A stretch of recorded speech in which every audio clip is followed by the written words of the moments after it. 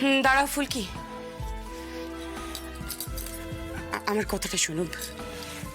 দেখো ফুলকি, রুদ্র যে কতটা সাংঘাতিক সেটা আমরা সবাই জানি। চ্যালেঞ্জ নিয়েছো বলে অকারণে কোনো রকমের ঝুঁকি নিও না। আট ঘাত বেঁধে তবেই দিল্লিতে যাও।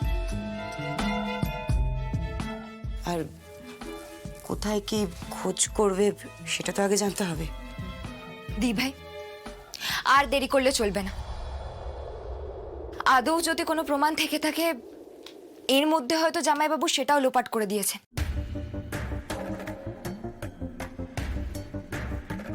তথার মৃত্যুর বিষয়ে খোঁজ নেবার জন্য তোরা যাচ্ছিস, তাই তো? আমি যেদিন তোদেরকে রুদ্রর আসল পরিচয় জানালাম, তার আগেই আমি তোদের আলোচনা জেনে ফেলেছিলাম।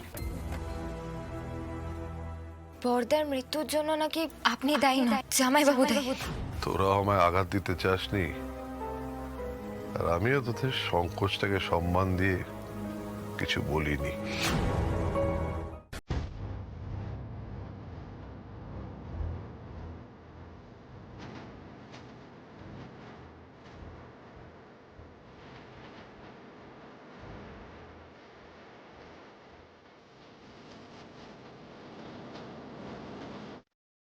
আমরা সবাই জেনে গেছি গো বাবা।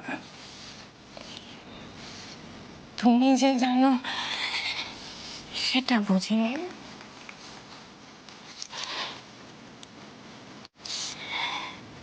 মা, মা কিছু জানে না তো? হ্যাঁ? না, তোর মা এখনো কিছু জানে না, তবে বেশি দিন আর চেপে রাখা যাবে না। রুদ্র যেভাবে দাঁত নখ বের করে ফেলছে দিনে দিনে,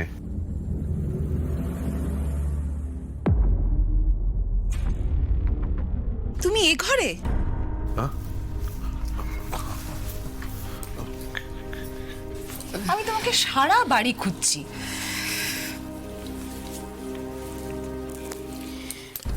নাও প্রসাদটা নাও।